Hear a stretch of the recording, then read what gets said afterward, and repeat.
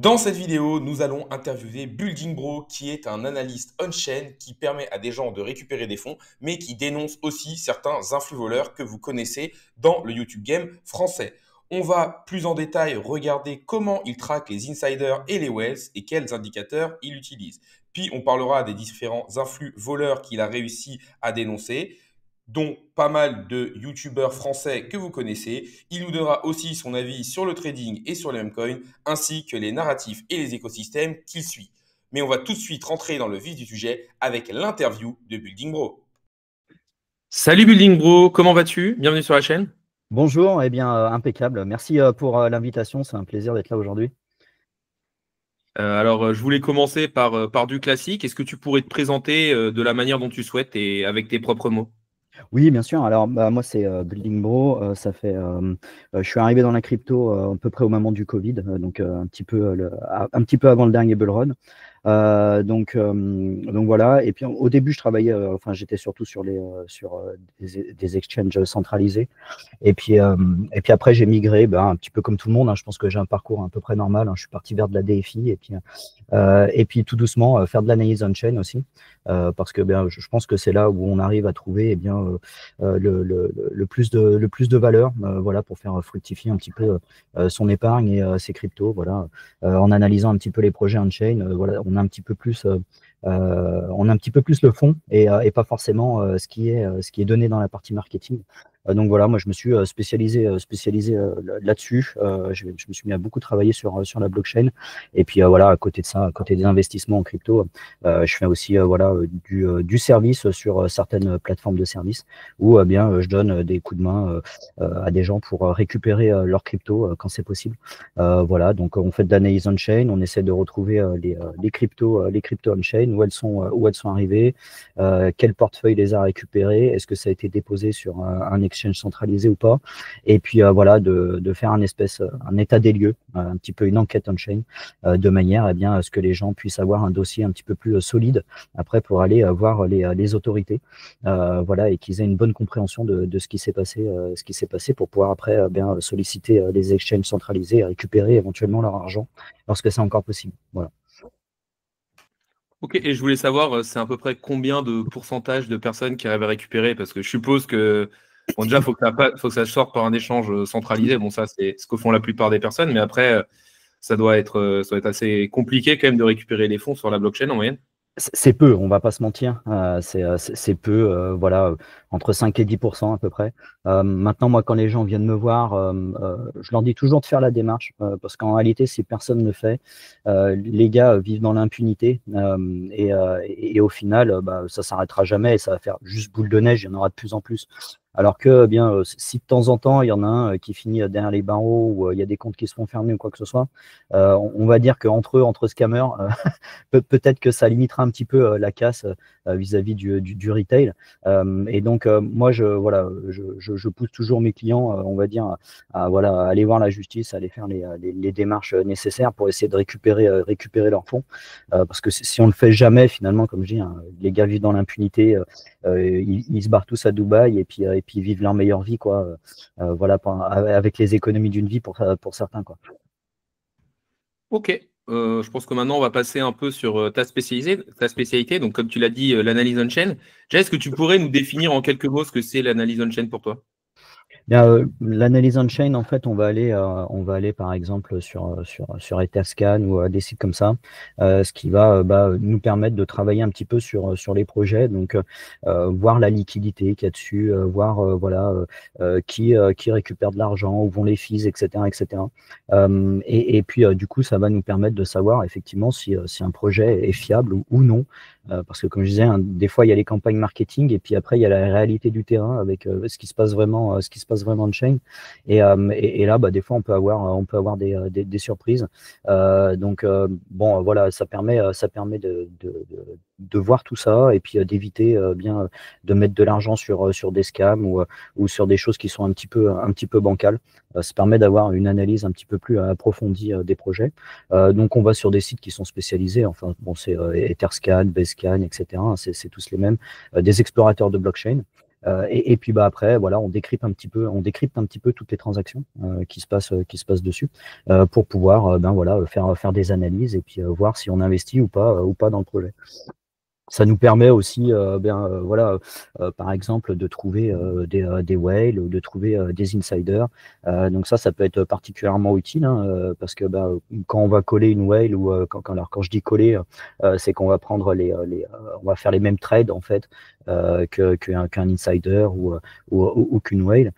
Généralement, vu que ces gens ont des informations, bah, nous, même si on ne sait pas ce que c'est l'information, on voit ce qui se passe on-chain et ça permet, eh bien, comme ça, de suivre ces gens et puis de faire les mêmes trades qu'eux. Donc voilà, d'avoir des informations, même si on ne sait pas ce qui se passe sur une crypto, on voit qu'il y a des whales qui en achètent, donc on se dit là, il va peut-être y avoir, je sais pas, un listing Binance ou quelque chose comme ça, et ça permet eh ben, voilà, de bénéficier bah, du pump quand il y a l'annonce du listing, par exemple, et que le token fait 100%, quoi.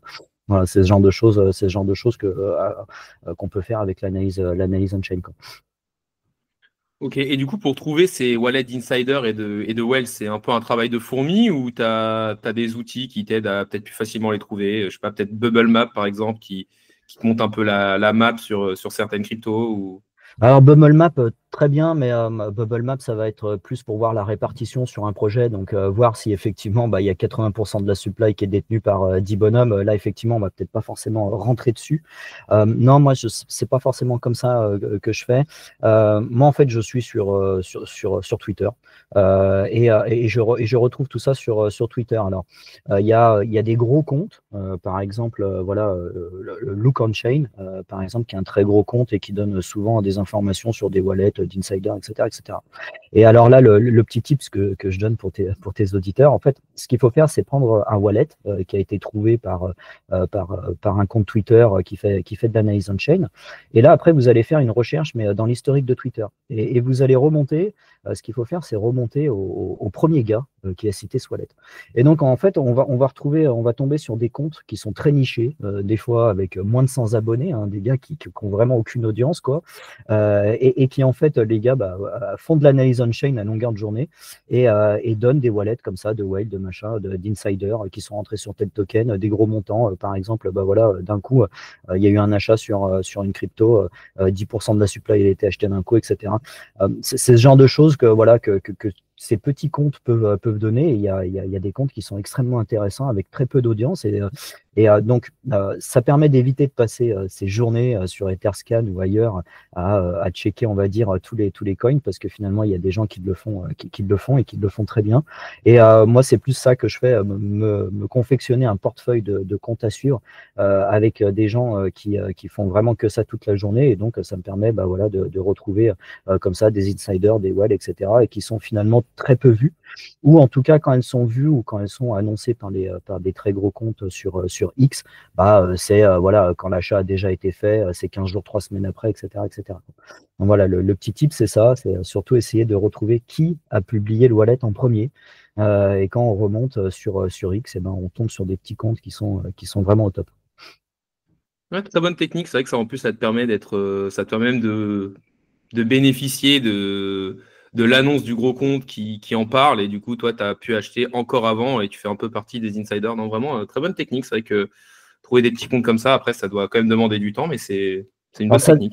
ça demande du temps et puis il faut pas être rebuté par les langues aussi. Bon, Google Traduction est notre ami hein, maintenant parce qu'en fait, ces comptes-là, il y a beaucoup de comptes qui sont asiatiques. Moi, voilà, ça m'a représenté à 80% des comptes que j'ai en suivi, c'est des comptes asiatiques. Donc, en plus de trouver ces petits comptes, il faut prendre tous les posts, les traduire, etc. Il y a un minimum de travail hein, quand même derrière. Et ouais, voilà, mais c'est une excellente technique, ouais.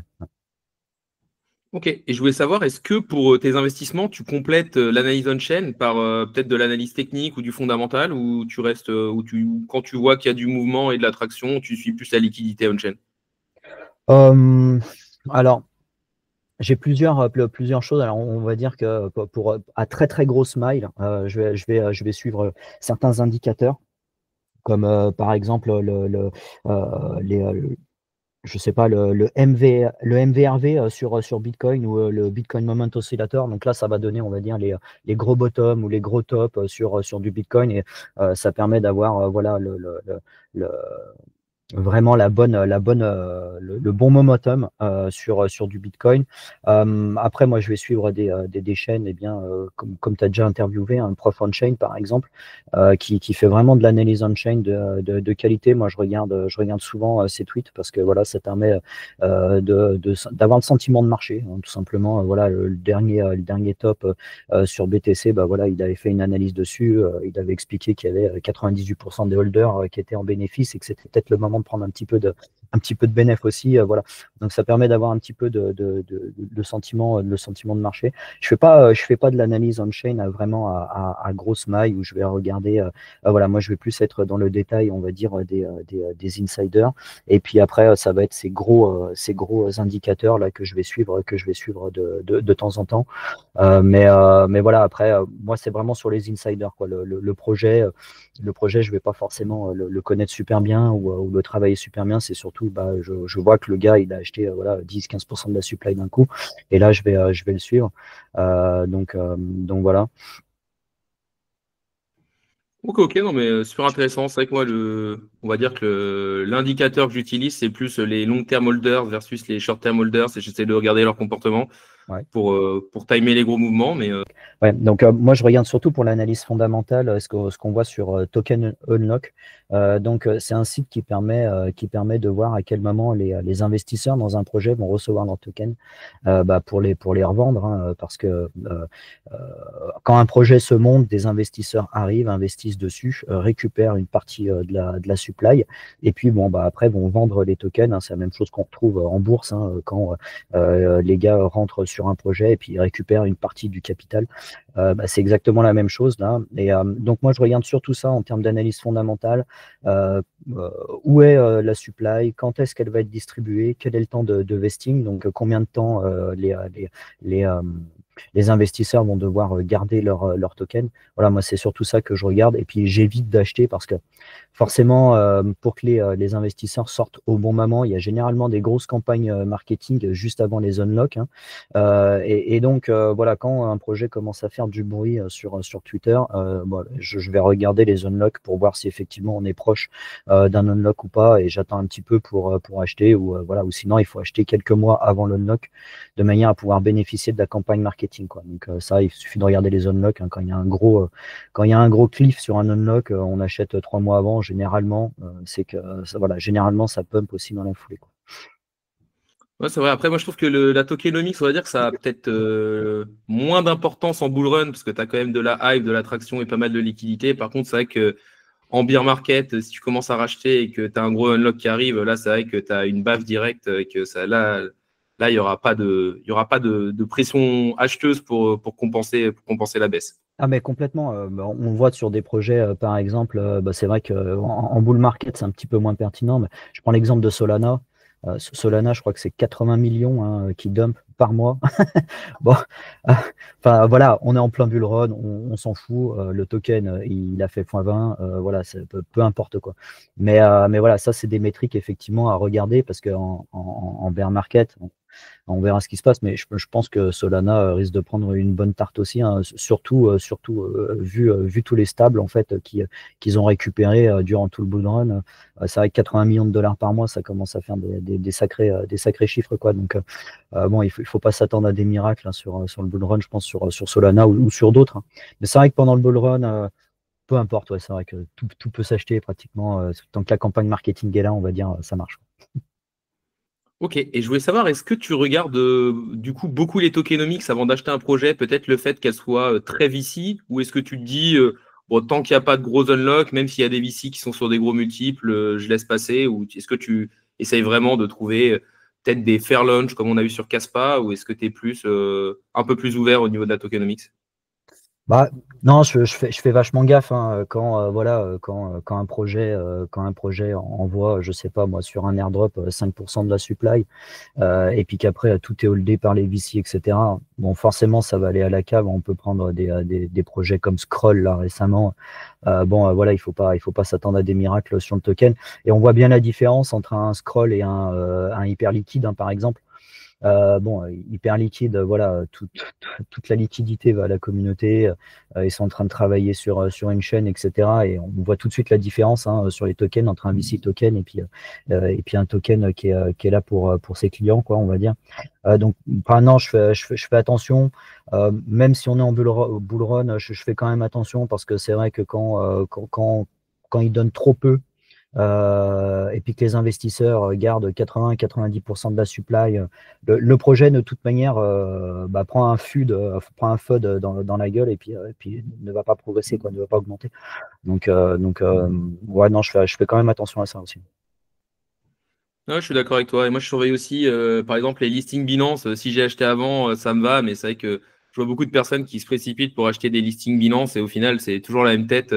Ça pump au début avec les bots. Après, ça perd 50 ou 60%. Et en fait, si tu veux acheter, c'est soit tu achètes avant, soit tu attends 3-4 mois que ça stabilise, quoi. Ah bah c'est ça, ouais. Ouais, c'est exactement ça. Au moment de l'annonce, dans les 2 minutes, ça fait 100%. Et toi, si tu arrives 2 minutes après, c'est fini, quoi. Donc ça c'est certain. On a eu le cas sur Peanut là il y a pas très longtemps. Voilà, ceux qui ont pu rentrer tout de suite dans les 2 minutes, ils ont fait un 100%. Mais après le prix il a stabilisé quoi. Il a stabilisé une fois qu'il a fait 100%. Voilà. Euh, Ceux qui sont rentrés 2 minutes après, ils commencent à dump et puis les autres qui voient l'annonce le soir, ils commencent à racheter les bacs des autres, quoi. Voilà, c'est toujours la même chose.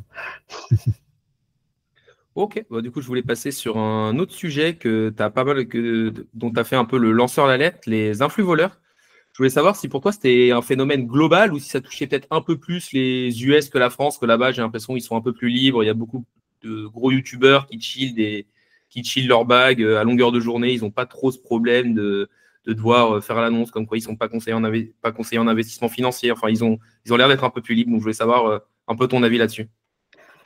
Ouais, je pense que c'est surtout un état d'esprit entre peut-être les Américains et puis les Européens, etc. Où les Américains, ça va être du make it money quick, et donc on va dire que euh, ça va dans cet état d'esprit-là, quoi. Où les gars sont tous dans cet état d'esprit, voilà, où il faut faire de l'argent rapidement. Et donc, je pense que les gens sont plus informés sur ces problématiques de meme coin qui sont boostés par des influenceurs, etc. Alors que en France, on a peut-être voilà un état d'esprit sur de l'investissement qui est plus voilà long terme, etc. Les livrets A, les ceci, les cela. Et donc il y a des gens qui vont rentrer, qui n'y connaissent rien, qui pensent voilà bon bah moi je fais 3% sur mon livret A, je vais faire un petit peu de token, voilà, et puis je vais peut-être gratter 10%, etc. Et en fait, ces gens se font rect parce qu'ils ont pas. Ils sont pas dans l'état d'esprit où les mecs vont juste pump le token. Ça va faire une courbe parabolique pendant 3 jours. Et puis après, ça va retomber à zéro. Je pense que voilà, il y a vraiment un état d'esprit différent quoi, entre les US et l'Europe. Et pour moi, c'est là qu'est la différence fondamentale, quoi. Et après, moi, je trouve que les influenceurs, quand tu as un influenceur US qui te vend un token, je pense que voilà, on sait tous que ça va à zéro. Par contre, en France, ou les Français en tout cas, ou les Européens, peut-être d'une manière un peu plus générale, ils ont tendance à te vendre ça comme des super projets, des ceci, des cela. Il y a pas longtemps, là, il y a eu la condamnation de The Kerry, là, je ne sais pas si tu as suivi, là, avec ces NFT de cartes qui a été condamné à 43 000 euros pour voilà, avoir pump des NFT où en fait le projet a rug complet. Mais les mecs te vendent ça comme si c'était voilà, le NFT, le métaverse, le truc qu'il ne faut pas rater, etc. etc. Et en fait, il y a plein de gens qui achètent hein, derrière. Et pour moi, c'est ça la problématique, c'est qu'on a plus tendance, je pense, en Europe à penser que voilà, il y a quelque chose de solide, c'est suivi par les autorités, etc., etc. Alors qu'en fait, rien du tout, quoi. Et c'est là que les gens se font casser les dents, quoi. Parce qu'ils achètent des NFT, ils achètent des tokens qui sont backés par rien du tout, par du vent. Et ils pensent rentrer dans un projet qui est sain, et c'est pas du tout le cas. Mais Après, je pense qu'on en a autant chez nous qu'aux États-Unis, mais c'est juste que je pense que les gens sont moins formés. Voilà, moins formés, moins informés, et en plus tendance à faire confiance. Voilà, comme voilà, tu as des influenceurs comme Jurado, etc. Enfin, moi, je me suis abonné à sa lettre, à sa newsletter. Je ne sais pas si tu connais Caroline Jurado, non? Non, ça me dit rien. C'est une influenceuse typiquement qui va aller taper la ménagère de moins de 50 ans, quoi. Et je me suis abonné à sa newsletter juste pour la suivre. Et en fait, elle va te prendre, par exemple, tous les tokens qui ont pumpé et qui ont fait 200% là, sur les 3 derniers mois. Elle va mettre ça dans sa lettre et elle te dit, ah, bah, si tu avais acheté du SUI il y a 3 mois, tu aurais fait 450%. Si tu avais acheté ceci, si tu avais acheté du sol, tu aurais fait x20, etc., etc., il y a un an. Suis-moi et puis je te donnerai tous les investissements qui vont bien, quoi. Enfin, ouais, enfin, je trouve ça exagéré parce que du coup, elle va faire de l'onboarding, elle va faire rentrer des gens qui n'y comprennent rien. Et finalement, ces gars bah, auront payé des abonnements pour rien, vont se faire casser les dents sur les tokens, et vont pas comprendre ce qui leur arrive parce que d'ici 6-12 mois, on va avoir le bear market qui va commencer, les altcoins elles vont tout faire moins 80%. Et ces gens-là qui investissent là maintenant et qui sont là-dessus, ils vont pas comprendre ce qui va leur arriver, quoi. Donc voilà, moi c'est ça qui me dérange, c'est que je trouve ça malhonnête, quoi. Au fond, voilà, c'est que mon avis hein, là-dessus. Et il y en a plein qui font ça, c'est que ils expliquent pas en fait, ils expliquent que la bonne partie, mais pas la mauvaise, quoi.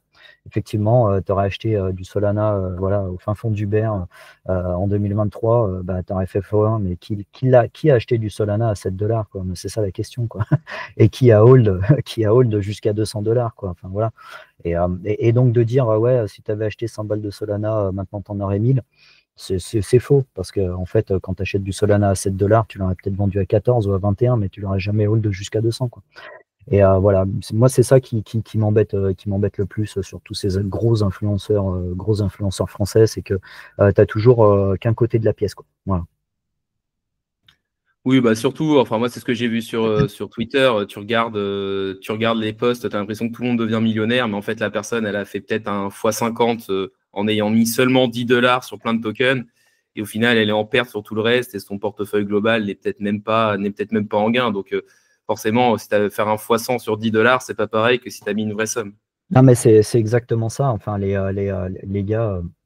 Les gars vendent de la flûte, quoi, parce qu'en bourse, en bourse, c'est simple, et c'est pas moi qui le dis, hein, c'est les statistiques qu'il y a en bourse. 89% des traders sont perdants.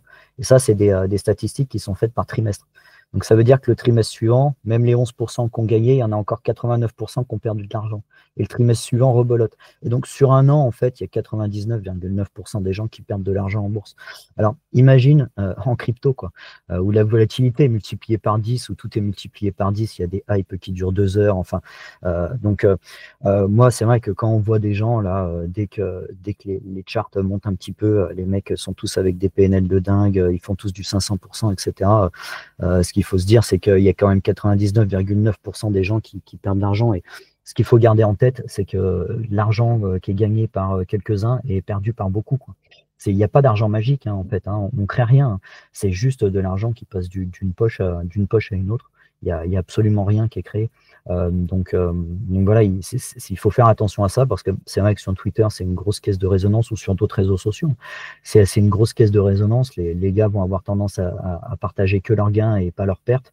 Et d'ailleurs, on le voit sur les track records de certains gros influenceurs là, qui sont soi-disant des magiciens du trading. Dès qu'ils se mettent à faire du copy trading, les gars, et qu'on a un petit peu de back record, les gars se font rect leur portefeuille en moins de 2 mois, quoi. Et donc il y a pas de magie, hein. Ils sont pas magiques, c'est juste qu'ils postent les 3 trades par mois qu'ils réussissent à gagner, et puis ils laissent tomber tous les autres, hein. Ils font des posts aussi, hein. J'en ai vu quelques-uns qui faisaient ça. Je sais pas, ah bah BTC il va peut-être aller à 50 000, mais on a un risque de se casser la figure à 45 000 par exemple. Bah, du coup, en fait, comme tu dis tout et son contraire, t'as jamais tort, quoi. C'est ça qui est pas mal. Ça, il y en a pas mal qui usent et abusent de ça aussi. Donc voilà, ouais, on est sur une bonne zone pour accumuler. Je pense que ça peut faire moins 40%, mais faut faire attention, parce que s'il est well dump, on va peut-être en perdre 10. Donc, enfin, voilà. Comme tu dis tout et ton contraire, t'as jamais tort finalement. Donc c'est ça qui est bien. Mais moi, ces gens, ce qu'il faut qu'ils fassent, c'est que si c'est des génies du trading, envoyez les track records. On regarde ça, et puis comme ça, vous faites embaucher à la Société Générale ou chez Goldman Sachs, quoi. Mais je veux dire, c'est ça qu'il faudrait faire. Mais bizarrement, ça arrive jamais, quoi. Ça arrive jamais. Ouais, bah, il y avait Iril qui avait sorti une bonne vidéo, je trouve, qui résumait bien la chose. Il disait quelle personne fait x10 à son premier bull run, et ça arrive quasiment jamais. Ça doit être 1% des personnes. Même moi, mon premier bull run avait fait hyper attention, j'avais vendu trop tôt. Mes potes qui prenaient mes conseils pour investir avaient plus d'argent que moi. Et au final, j'ai dû finir à x8, ce qui est déjà exceptionnel, mais en ayant un sentiment terrible d'avoir vendu trop tôt, ça me faisait mal à la tête de voir que mes potes faisaient beaucoup plus que moi. Bah, à la fin, j'ai été le seul en gain parce que justement, j'ai vendu beaucoup trop tôt, ce qui était très, très dur et ce qui est le plus dur à faire. Et c'est vrai que quand tu écoutes tout le monde, ils viennent pour faire des x50 sur leur premier bull run alors qu'ils ne savent même pas ce que c'est investir, quoi. Ah bah c'est exactement ça. Enfin, x8, c'est déjà excellent, hein. Enfin, faut pas se mentir. Faut rapporter ça aussi un petit peu, ramener, se mettre un petit peu les pieds sur terre. Un investissement qui est sans doute ce qu'il y a de plus safe en bourse, un ETF SP500 ou MSCI World, voilà, ça va être entre 4 et 8% par an. Donc il faut 10 ans pour faire 100% quoi, sur un investissement comme ça. Et les mecs viennent, il faut qu'en une semaine, ils aient tous fait fois 200%, quoi. Mais faut juste se ramener un petit peu les pieds sur terre, voilà, et se dire que bah, même sur un bull run où vous faites 80% en 2 ans, et ben, c'est déjà extraordinaire parce que vous faites mieux que, voilà, vous faites 4 fois mieux que n'importe quel investissement en bourse, quoi. C'est ça qu'il faut se dire aussi.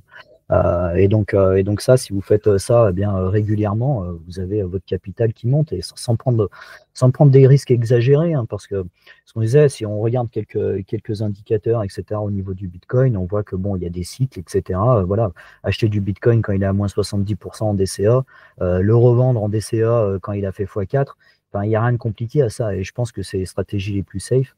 Et sur la crypto, il n'y a pas 5%, il y a à peine 5% des gens qui sortent en bénéfice. Donc voilà, je pense que voilà, il faut aussi être raisonnable. Et puis pas se dire qu'on va faire un fois 1000. Mais c'est le problème des caisses de résonance des réseaux sociaux, en fait, hein. Sur les réseaux sociaux, sur Twitter ou ailleurs, on n'a que ça, quoi. Le mec qui a acheté 100 balles de meme coin et puis qui a fini millionnaire. Enfin, c'est que des histoires comme ça, quoi. Mais la vérité, c'est que c'est l'exception qui confirme la règle et que bah, c'est les 0,0001% voilà, qui gagnent de temps en temps, quoi. Et c'est pour ça aussi que je fais pas forcément moi on-chain de l'analyse en fait de traders ou de gens comme ça, parce qu'en fait quand on va écumer un petit peu, quand on va tamiser un petit peu, voilà, qui gagne le mieux, qui gagne, etc., etc. En fait, on va juste se retrouver avec des gens qui sont les 0,01% qui statistiquement, eh ben voilà, il faut bien qu'il y en ait. Et ces gens-là finissent rect, hein, aussi, hein, régulièrement, souvent.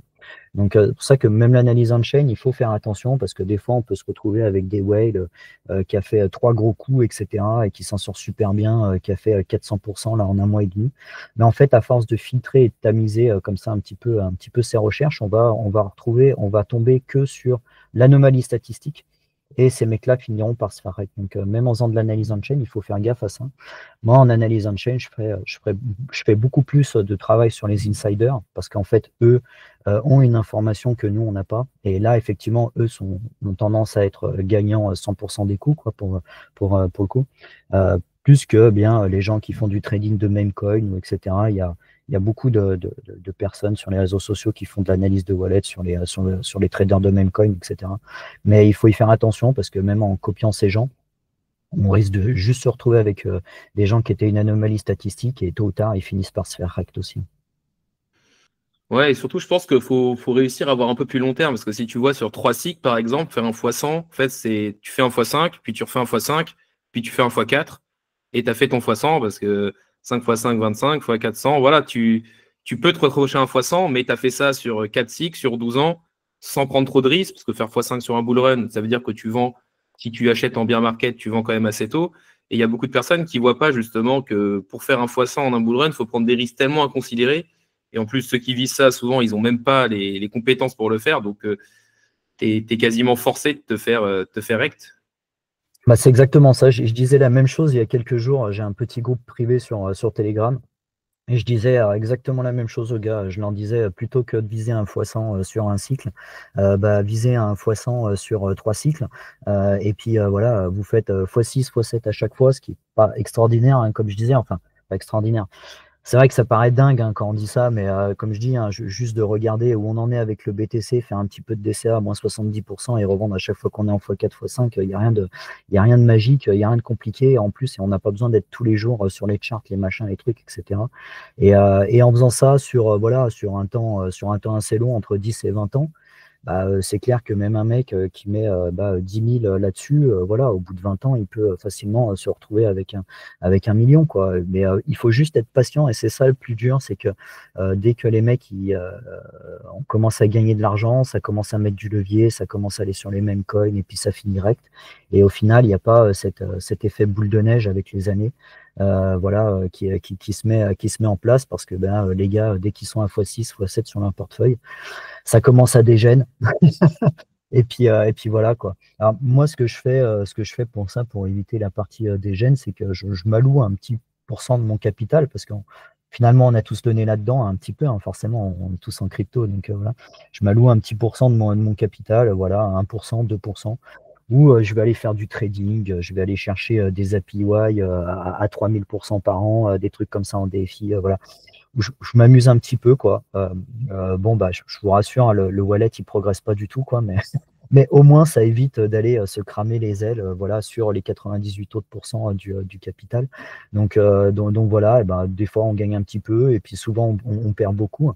Mais au moins, ça permet d'éviter de faire n'importe quoi avec la grosse partie de son capital. Moi, c'est ce que je dis souvent, hein, vaut mieux faire ça. Allouer un petit portefeuille qu'on va laisser sur Mexi ou sur Binance ou voilà ou en DeFi pour aller faire aller faire un peu de dégène, histoire de pas sans arrêt attendre parce que c'est vrai que ça peut être long quoi.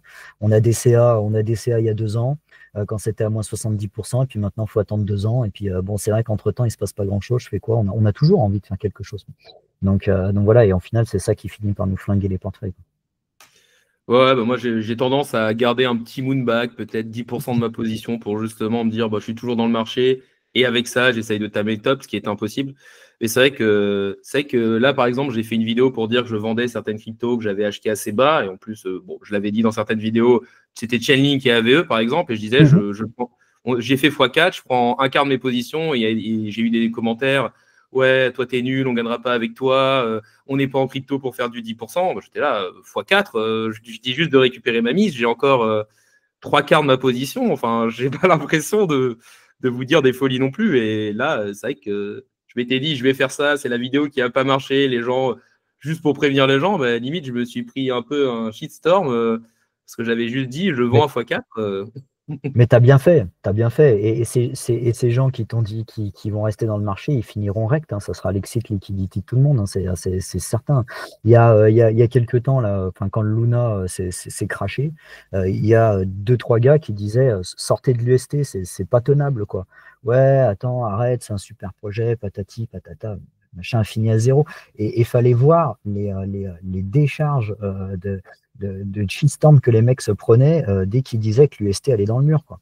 C'était juste la folie. Il n'y en avait pas beaucoup hein, qui conseillaient aux gens de sortir et de prendre leur bénéfice parce qu'il y a un moment donné, la market cap était tellement énorme que ça, tu peux pas. Il y avait 18 milliards, je crois, sur l'UST et il donnait 20% qui sortaient de je ne sais où, quoi. Et enfin, c'est intenable, 20% sur 18 milliards, forcément que voilà, c'est facile de le dire après.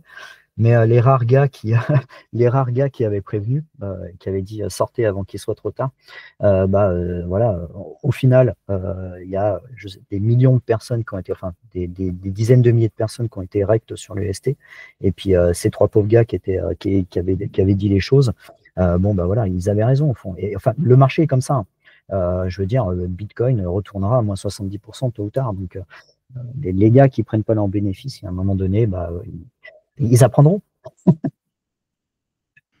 Non, mais c'est sûr, hein. Là, je disais, ouais, possiblement, je prends aussi des bénéfices parce qu'il va sûrement avoir une première correction de moins 30% sur le Bitcoin. Pareil, tout me disait, moins 30%, comment ça? Les gars, dans chaque cycle, tu as des corrections de moins 20, moins 30%, tu en as 2-3 par cycle.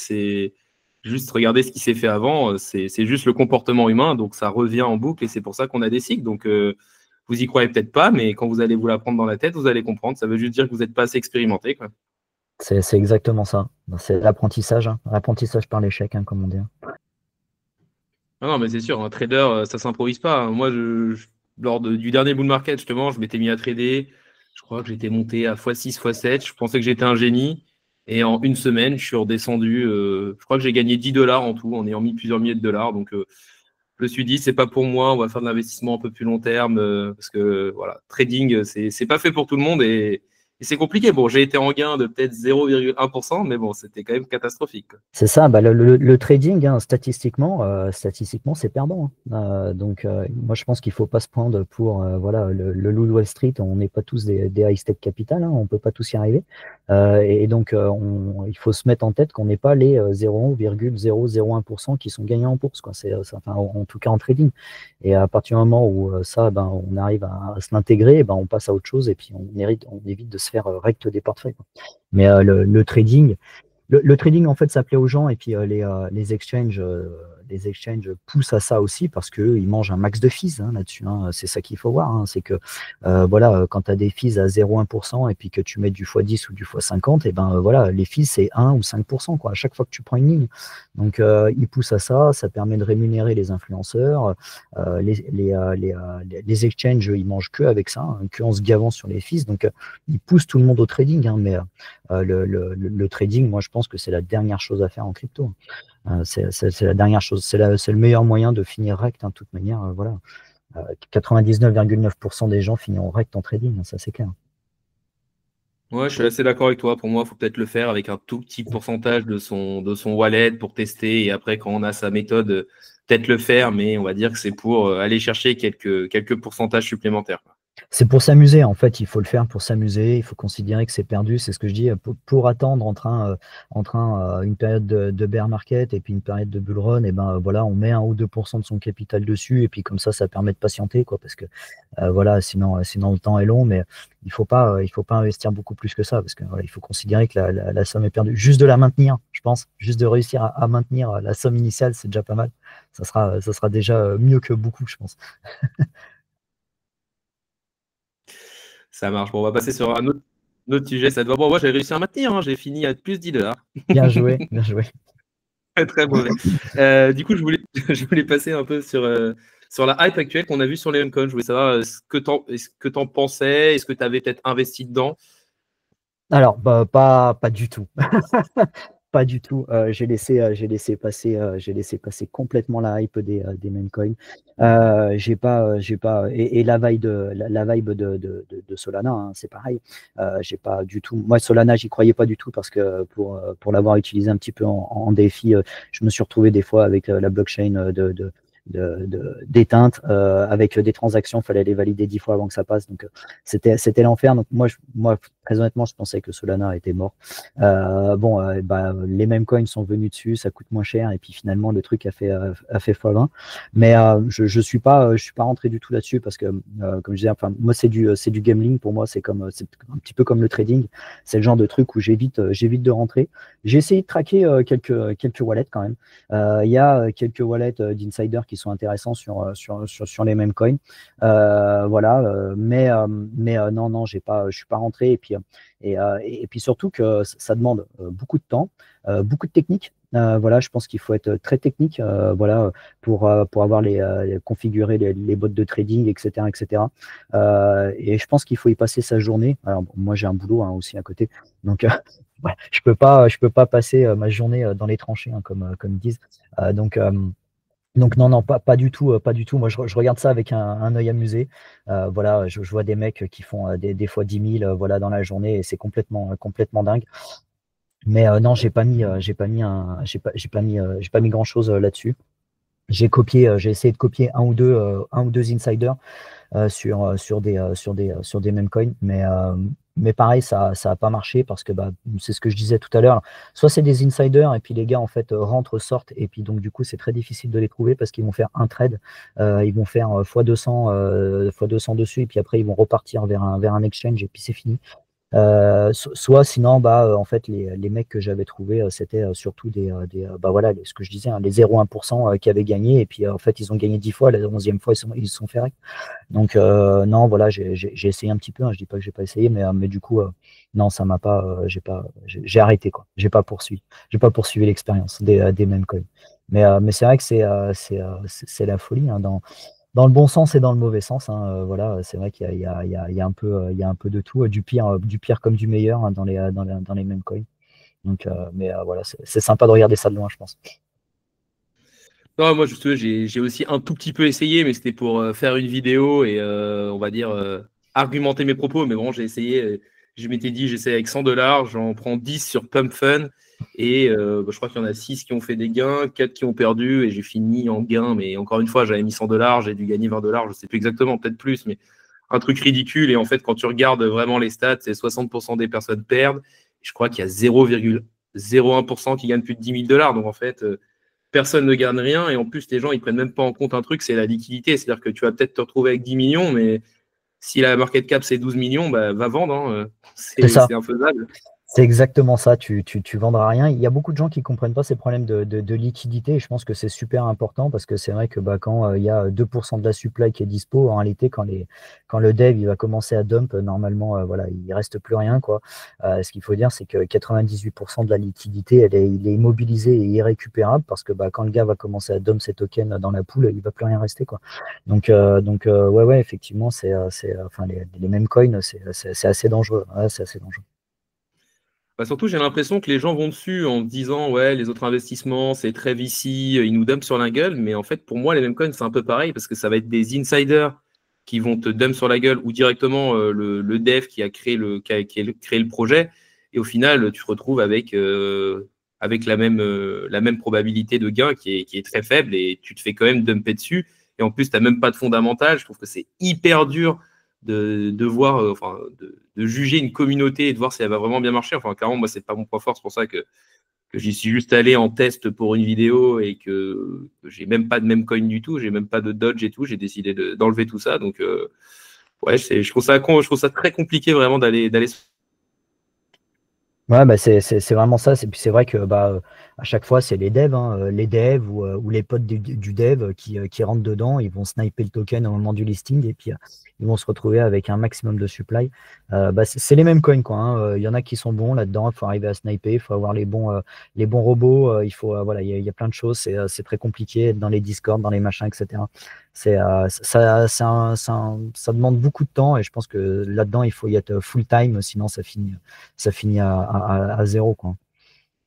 Ok. Moi, je voulais passer sur une des dernières questions du format. Je voulais savoir un peu quel était ton avis sur le marché. Est-ce que tu penses qu'avec des différents indicateurs on-chain, on est en surchauffe et qu'on est proche du top, qu'on peut encore aller un peu plus loin? Bon, après, pas de Madame Irma, le top, c'est quasiment impossible de l'avoir, sauf en ayant de la chance. Et je voulais aussi savoir si tu avais des narratifs et des écosystèmes que tu suivais un peu plus, peut-être essayer de parier sur l'écosystème de Solana parce qu'il est mis en avant, peut-être sur Base, enfin voilà, comment tu naviguais un peu dans le bull run. Ouais. Alors, le top de marché où on en est, bon, si je dois sortir une boule de cristal, je pense qu'on est quand même pas loin du top, hein. Je pense que bon, entre 120 et 150 000, ça sera déjà pas mal sur le Bitcoin. Je pense que ça sera même très bien. Voilà, donc enfin, moi quand je vois des gars qui commencent à envoyer du 300 000, du million et tout là sur le cycle, sachant que bon, historiquement il nous reste quoi, 4 à 12 mois, on va dire, grand max. Ça me semble un petit peu vraiment très ambitieux.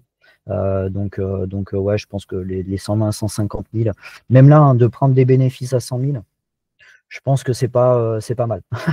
Moi, c'est pas mal. Je pense que c'est voilà, ceux qui sont sur Bitcoin et qui prennent du bénéfice là à 100 000, je pense que voilà, c'est pas perdu. Après c'est pareil. Moi, c'est ce que je disais à des gars sur voilà sur mon groupe. Des fois, ça sert à rien d'aller chercher le pic au top. Je veux dire, vous sortez là à 100 000. Imaginons que voilà, le Bitcoin aille à 120 000. Peut-être que 20% sur de la DFI avec des Bitcoins ou autre chose, vous pouvez les faire, quoi. en ce moment, il y a même sur du stable, même sur du stable, en ce moment, faire 20%, c'est pas compliqué. Pourquoi prendre le risque de prendre une mèche de moins 40% là, en une semaine, alors qu'on peut finalement sortir maintenant sereinement et aller chercher peut-être 10-20% en plus sur de la DFI jusqu'à la fin du bull run. Moi, c'est plus la méthodologie que j'appliquerai, quoi. Voilà, en plus, les taux là, sur la DFI sont complètement explosifs, même sur du stablecoin. C'est pas très compliqué d'aller chercher du 20% actuellement. Donc voilà, pourquoi aller attendre que Bitcoin fasse 20% et puis risquer que ça aille à zéro. Donc voilà, peut-être mieux aller chercher du rendement ailleurs. Et pour le rendement ailleurs, alors moi je suis full Ether. Voilà, je suis Ether maximaliste. donc voilà, je suis déçu du rendement de l'Ether, mais bon, on garde espoir quand même. J'espère qu'il ira pour l'Ether, je sais pas, taper entre 5 et 7 000. Voilà, moi c'est mes targets de sortie sur l'Ether. Voilà, j'espère que bien quand là la dominance du Bitcoin est en train de redescendre un petit peu, j'espère que tout ça va infuser sur l'Ether. On voit aussi qu'il y a pas mal d'entrées sur les ETF Ethereum qui sont passées en net positif là depuis un mois. Donc voilà, je pense que voilà ça bouge un petit peu sur Ethereum. On pourrait avoir des bonnes nouvelles, par exemple, avec des ETF qui prennent en compte le stacking. Donc voilà, on aurait des ETF Bitcoin, mais qui ne rapportent rien entre parenthèses, et un ETF Ether qui rapporterait du 3-4% par an.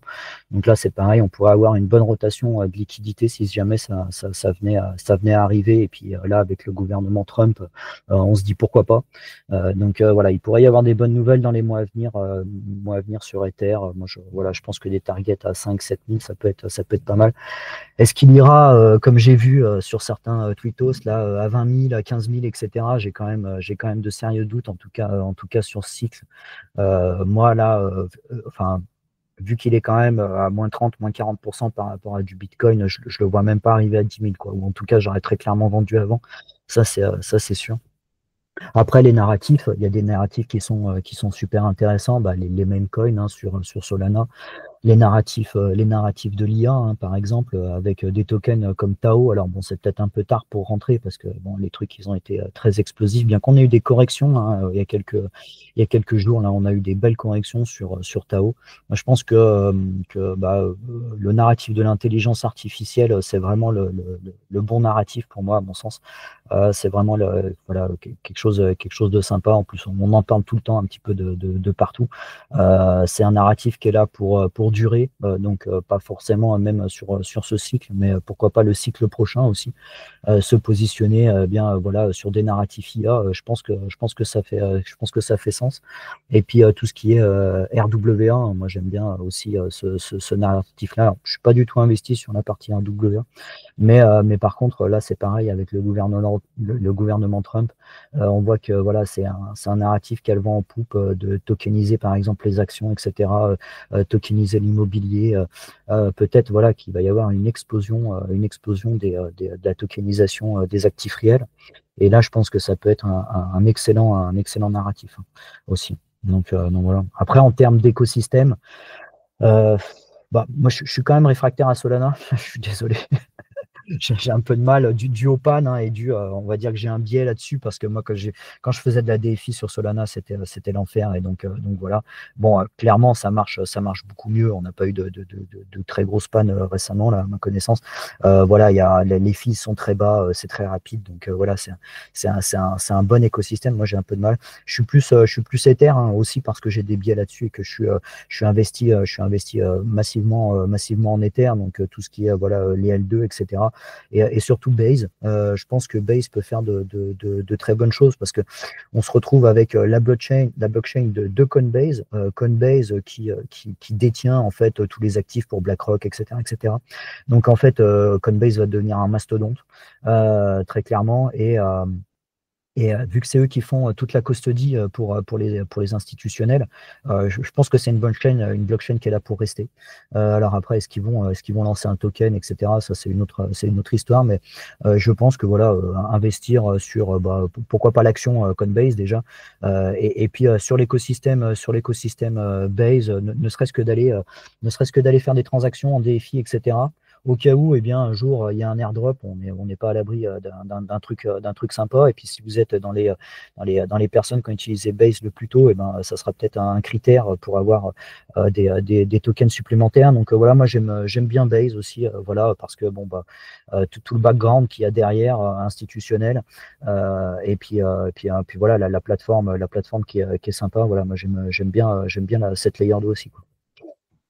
Ok, non, mais je suis assez d'accord avec toi. C'est vrai que moi, j'ai pas des targets aussi très élevés. Et justement, là, je me dis qu'on est un peu en surchauffe parce qu'il y a des personnes qui me disent 500 000, 1 million. Moi, je pense que si on va à 200 000 déjà, c'est qu'on aura bien poussé. Donc, moi, perso, mes bitcoins, je les avais, bon, comme je l'avais dit, hein, moi, j'avais une stratégie assez simple, vendre une partie quand on se rapproche de l'ancien top parce que ça allait travailler et après, vendre légèrement en dessous des 100 000. Je crois que j'ai dû vendre à 96 000. Je me suis dit que ça allait travailler encore. Donc, moi, j'ai plus de Bitcoin. J'ai aussi pas mal d'Ether. Et après, on va dire que pour sortir beaucoup du reste, j'attends un peu une all-season. Là, on a eu une mini all-season, entre guillemets.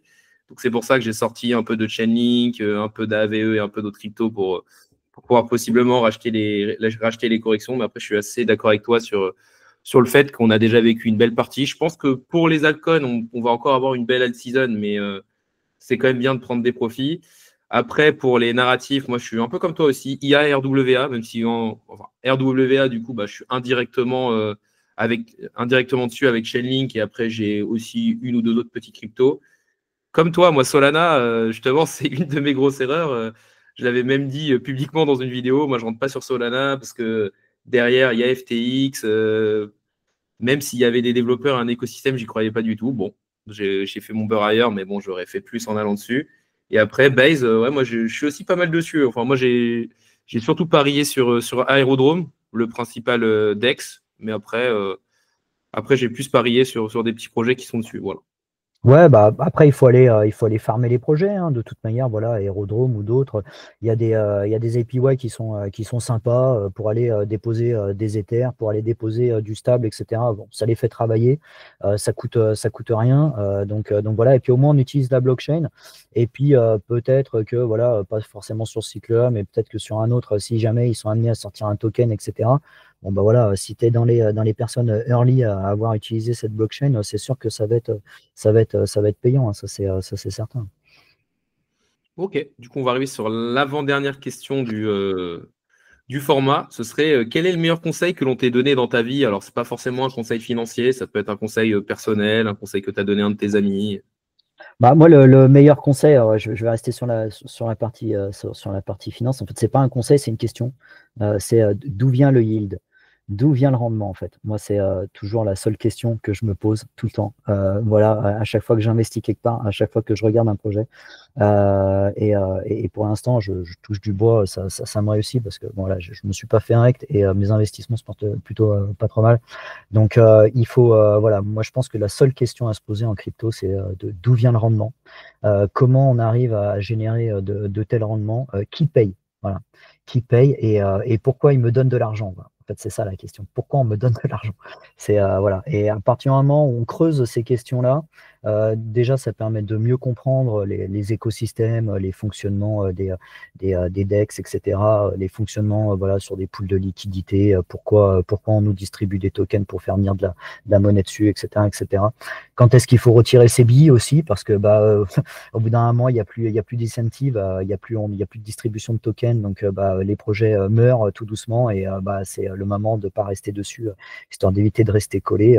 Voilà, quand les blockchains ont des problèmes. Donc voilà, moi c'est tout ça que je me pose à chaque fois, d'où vient le yield, d'où vient le rendement sur mes positions. Et je pense que c'est ce qui m'a permis jusqu'à présent de rester safe et de pas me faire rect, quoi. Je pense que c'est le meilleur conseil qu'on peut donner, quoi. Ouais, Interroger. ouais, je suis plutôt d'accord avec toi. Après, moi, le meilleur conseil, je dirais, c'est prendre des profits et quand tu as l'impression que tu es trop tôt, n'hésite pas à y aller quand même, parce que c'est ça qui m'a permis de sortir en gain. Et c'est vrai que même si c'est très inconfortable, je dirais prendre des profits, mais laisser un petit moonback comme ça, c'est un petit peu plus facile mentalement. Parce que c'est vrai que moi, quand je sortais souvent toutes mes positions. Et après, c'est vrai que tu souffres, tu vois tout qui monte et c'est assez compliqué de ne pas re-rentrer plus haut, quoi. Non, mais en fait, c'est inconfortable tout le temps parce que quand tu rentres en plein bear market, c'est inconfortable de rentrer. Et pourtant, c'est les meilleurs moments, quoi. Et c'est pareil sur la sortie. Quand tu arrives au top et que tu te dis, putain, mais ça peut aller plus haut et tout. En fait, c'est le moment de prendre des bénéfices, je pense. C'est vraiment ça. Quand tu dis, non, mais c'est sûr, ça va monter. En fait, je pense qu'il faut que ça soit inconfortable dans les deux sens, la rentrée et la sortie. C'est pour ça que moi, sur mes rentrées-sorties, je fais plus du DCA. Comme ça, j'ai moins cette sensation-là, tu vois, de me dire, ah ouais, mais ça peut faire x10, quoi, c'est toujours la même chose. Donc voilà, moi, j'aime bien DCA, voilà, par rapport à 2-3 indicateurs sur le Bitcoin, rien de bien compliqué. Je fais un DCA court sur 6 mois et pareil pour la sortie. Quand il y a les indicateurs de surchauffe, je fais un petit DCA de 6 mois, comme ça, voilà, bah, je sors 10% par mois et puis voilà, et puis au final, ça permet de sortir comme ça graduellement sans se faire trop de mal, parce que c'est vrai que c'est inconfortable aussi bien de rentrer que de sortir, ça c'est clair. Toujours. Ouais, c'est vrai que moi, j'ai plus des targets qui sont au début très réalistes. Par exemple, là, sur Chainlink, j'avais les 25 $. Donc des targets qui me semblaient très réalistes au début. Et après, tu te laisses un petit peu de ton bac un peu plus haut. Mais voilà, encore une fois, je me dis, si je fais x5 à chaque bull run, bah, dans 3 bull runs, je serai à x100. Et là, on pourrait dire que j'ai make it, quoi. Ah bah c'est exactement ça, mais je pense que c'est vraiment cette philosophie-là qu'il faut avoir, hein. Voir ça, l'investissement, sur un peu plus qu'un cycle. Et puis effectivement, voir ça entre x5 et x10 à chaque cycle, c'est déjà exceptionnel par rapport à ce qu'on peut faire en bourse, hein, parce que voilà, il faut comparer le comparable, et par rapport à la bourse, c'est exceptionnel. Et oui, c'est clair que voilà, sur 10-12 ans, je pense qu'il n'y a aucun souci pour make it si on fait ça sérieusement et qu'on fait attention et qu'on ne fait pas de gambling, quoi, en fait, hein. Ok, du coup, on va arriver sur la dernière question. Je voulais savoir, est-ce qu'il y avait une personne que tu aimerais voir sur ma chaîne YouTube?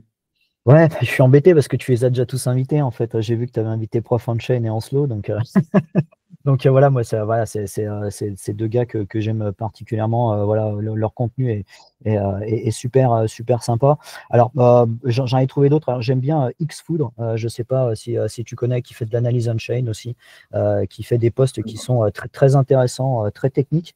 Bon, il est maxi EGLD, hein, je suis désolé, on peut pas tout avoir, mais, mais voilà, Après, non, je peux c'est. comprendre, hein, la technologie est plutôt bonne et il y avait justement GRM sur Twitter qui est aussi plutôt maxi EGLD que j'avais interviewé et qui est très technique aussi. Et souvent, c'est les personnes les plus techniques parce que justement, EGLD, il y a une bonne. On va dire que la technologie est très bien, mais après, le problème, c'est qu'ils n'ont pas vraiment de communauté, d'écosystème et que c'est pas Ouais, bah, utilisé. GLD, c'est ça, beaucoup de marketing, mais il n'y a pas, enfin voilà, enfin, moi j'étudie pas beaucoup la blockchain, donc cette blockchain-là en tout cas, donc voilà, mais j'ai pas l'impression qu'il y a grand-chose à y faire non plus dessus, quoi. Et par contre, ils sont excellents en marketing, hein, ça c'est clair. Si Ethereum pouvait avoir le même marketing que GLD, ça serait quand même pas mal, quoi. Mais bon. Donc ouais, Xfood, et puis sinon pour les farmers d'airdrop, parce que c'est vrai que moi j'aime bien faire de l'airdrop aussi. Voilà, enfin, je trouve que les airdrops, c'est quelque chose qui est vraiment bien, parce que ça permet de se familiariser avec la DFI à moindre coût, et puis éventuellement de gagner quand même pas mal d'argent sur les airdrops en fonction de là où on s'est positionné. Et là-dessus, moi j'aime beaucoup Pasher et Cryptomage. Donc voilà, comme ça t'en auras trois. Pasher qui fait du très bon contenu. Alors bon, contenu tellement qualitatif que pour faire voilà, tout ce qui donne, il faudrait là aussi y passer des journées. Et puis Cryptomage aussi que j'aime plutôt pas mal, qui fait du bon contenu. Il y a du contenu gratuit, il y a du contenu payant, mais qui est pas cher à mon sens pour la qualité qu'il a. Je me suis abonné moi à son contenu, et il est vraiment d'excellente qualité. Et en termes d'airdrop, il fait vraiment du très bon boulot aussi, très très bon boulot. Donc voilà, si un jour tu fais quelque chose sur les airdrops, tu peux, voilà, si tu arrives à avoir un des deux, je pense que ça sera génial. Ok, et du coup, t'as un ou deux airdrops que tu farmes en ce moment ou... Alors, j'en ai farmé beaucoup pendant le bear, hein, pendant le bear market, j'en ai farmé par mal. Le dernier que j'ai farmé, j'étais écœuré, bah, c'était Scroll. Je m'étais classé plutôt très très bien, hein. Je m'étais classé 1300e, donc j'étais vraiment bien. Et puis je me suis retrouvé, bon alors, j'ai pris, je crois, autour de 3000 balles. C'est pas, voilà, c'est pas pourri, mais si tu veux, je me classe 1300e, je prends 3000 balles, j'y ai passé pas mal de temps dessus quand même. J'étais un petit peu écœuré. Je me suis dit, enfin, maintenant je me dis que j'aurais mieux fait d'aller farmer hyper liquide, par exemple. avec le recul. Donc voilà, non, j'ai farmé, bon, j'en ai farmé plein. Les deux derniers, ouais, c'était Scroll et puis ZK Sync aussi. ZK Sync où là, j'ai eu un bon airdrop et je l'ai farmé, mais je l'ai farmé pendant plus de 15 mois hein, quand même. Donc voilà, avec des boucles, avec des LP, j'ai essayé de toucher énormément de smart contracts. Voilà, j'ai passé quand même beaucoup de temps, mais ça a été payant. Ça a été très payant même. Donc c'était vraiment très bien. Mais ça, je le recommande vraiment à tout le monde, hein. Ça coûte pas grand-chose à part les frais de gaz, hein, finalement. Quand vous êtes sur une L2, je ne vais pas dire que c'est négligeable, mais bon, enfin voilà, de faire une transaction, ça va vous coûter entre 5 et 10 centimes maximum. Donc voilà, c'est pas ça qui coûte de l'argent. Par contre, voilà, on peut avoir des gains qui sont quand même significatifs, hein, significatifs. Donc on peut multiplier par 3 ou par 4 son wallet juste sur un airdrop, quoi. Donc c'est quand même assez exceptionnel, quoi. Ben, on le voit sur Hyperliquid, hein. Les gars qui ont farmé sur Hyperliquid, voilà, là je pense que c'est le jackpot, hein. Il y a des gens, ouais, il y a des gens qui ont touché, je crois que c'est pas cher, hein, qui a pris 2 ou 300 000 $, hein, je crois. Ouais, je crois que CryptoPixou, il a pris un peu plus d'1 million. Ouais. Et après, il y avait Savage Crypto aussi qui a pris 150 000. Après, de ce que j'ai vu, il n'était pas si facile que ça à farm. Il fallait quand même avoir un gros portefeuille. Il fallait quand même, dans le vert, sans être sûr, En fait, griller pas mal de frais de gaz. Moi, je l'ai pas farmé, je l'ai pas farmé parce qu'en fait, j'ai fait les calculs et pour moi, c'était pas rentable parce qu'effectivement, il fallait faire des millions de volume, des millions de dollars de volume, voilà, pour toucher l'airdrop. Donc ça coûtait 1 million. 1 million de volume, ça coûtait 200-300 $, quelque chose comme ça, à farmer, avec des stratégies de delta neutre, etc., pour pas perdre de l'argent. Donc, c'était quand même un investissement. Maintenant, il s'avère que le million, au moment de l'airdrop, il a rapporté 8 000 $. Donc, si tu veux, c'était hyper rentable, hein, quoi qu'il arrive. Même, voilà, 200-300 balles d'investi pour 8K de récupérer, c'était juste exceptionnel. Mais ça, on ne peut pas le savoir avant, c'est ça le problème. Enfin, c'est un petit peu faire des plans sur la comète. Et voilà. Et moi, je ne l'ai pas farmé à cause de ça, parce que ça coûtait cher. Voilà, contrairement à d'autres airdrops qui coûtaient pas grand chose parce que ça coûtait que les frais de gaz. J'étais, enfin, jamais personne, enfin, moi, j'aurais jamais dit que ça atteindrait ces prix-là. Et je pense que dans l'écosystème, il n'y en a pas un voilà, qui s'était projeté sur ces prix-là, quoi. Même quand on disait, voilà, 1,50 $, c'était le grand maximum, quoi. Il est à 13 ou 14 $ maintenant, le token. Voilà, quoi. Et à 1 $, c'était déjà de la folie, quoi. On disait déjà, ouais, c'est le max du max. Voilà, c'était à peine rentable. Et là, maintenant, voilà, on se retrouve avec un token qui a plus de 10 $. Enfin, c'est juste dingue. Par contre, je pense qu'il y a effectivement, il y a quelque chose à apprendre de ça. Voilà, pour les prochains airdrops, je pense qu'il faut regarder les projets qui effectivement ne sont pas backés par des VC, etc. Moi, j'espère que ça fera boule de neige. Cette histoire, parce que on se rend compte que sur des projets comme Scroll, où clairement on s'est fait tordre par les VC et par la team. Voilà, on s'est fait traire comme des vaches à lait pour 3 fois rien. Et par contre, le projet est en train de mourir. Donc, sur Scroll, les VC sont en dessous de leur investissement initial. Et donc, quand on voit des projets comme ça et quand on voit Hyperliquid qui, finalement, avec 0 VC, arrive à sortir des millions, j'espère que ça fera boule de neige pour les prochains projets. Et je pense qu'il y aura de très bonnes choses à farmer pendant le prochain bear market. Il faudra étudier tout ça et plutôt que de se concentrer sur les projets qui ont été arrosés à coups de millions par les VC, il faudra peut-être se concentrer sur les projets qui n'ont pas levé d'argent auprès des VC, mais auprès de la communauté, quoi. Je pense que ça sera bien plus rentable en termes de farming. Non, mais je suis d'accord avec toi. Je sais que moi, j'avais eu Savage Crypto sur la chaîne, justement, qui m'avait dit que pour lui, farmer l'airdrop, c'était une activité de bear market, justement. Ouais. Et lui, je crois qu'il a mis à peu près 5 ou 6 000 $ de frais pour avoir 155 000 $. Donc, c'est très bien, mais c'est pas pour tout le monde. Il y a des personnes, ils n'ont même pas des portefeuilles de 6 000 $. Donc, c'est vrai que griller 6 000 $ de frais, fallait vraiment avoir des très grosses convictions. Et je pense aussi, c'est pour ça qu'ils ont beaucoup gagné, c'est qu'il n'y a pas tant de personnes que ça qui avaient ces convictions-là. C'est exactement ça, c'est qu'il fallait avoir une grosse conviction dans le projet. Et je prends l'exemple de Scroll, des gens ont gagné moins que ce qu'ils avaient dépensé en gaz. Donc ça aurait pu arriver sur Hyperliquid aussi, hein. C'est un peu, voilà, c'est un peu la roulette. Effectivement, tant mieux pour ceux qui ont misé sur Hyperliquid. Tant pis pour les gars comme moi qui ont misé sur Scroll. Et puis, voilà, je pense que ça sera étudié, mais effectivement, très grosse conviction. Moi, clairement, j'aurais jamais mis $5000 de fees pour farmer un airdrop, quoi.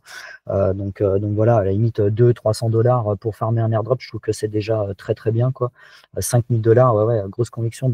Sauvage Crypto, qui est pas mal aussi, hein, en termes d'airdrop. Je crois qu'il a un groupe privé. Alors, j'ai pas été dans son groupe à lui, mais ouais, il fait des bons trucs aussi. Ouais, il avait fait pas mal de bons calls. Du coup, on arrive sur la fin du format. Est-ce qu'il y a quelque chose que tu voudrais rajouter? Écoute, non, rien de spécial. Merci pour l'invitation. Merci beaucoup pour l'invitation. Moi, ça me fait toujours plaisir de pouvoir parler un petit peu crypto. Donc voilà, hein, ça a été un plaisir d'être accueilli sur la chaîne. Merci pour ton invitation encore. Bah, merci à toi d'être venu. Clairement, c'était fluide. Vraiment, il n'y a pas eu de problème on a bien parlé. On a appris pas mal de choses. Je pense que ça va apporter quand même pas mal de valeur aux personnes qui vont l'écouter. Donc, moi, je suis très content de ce moment avec toi.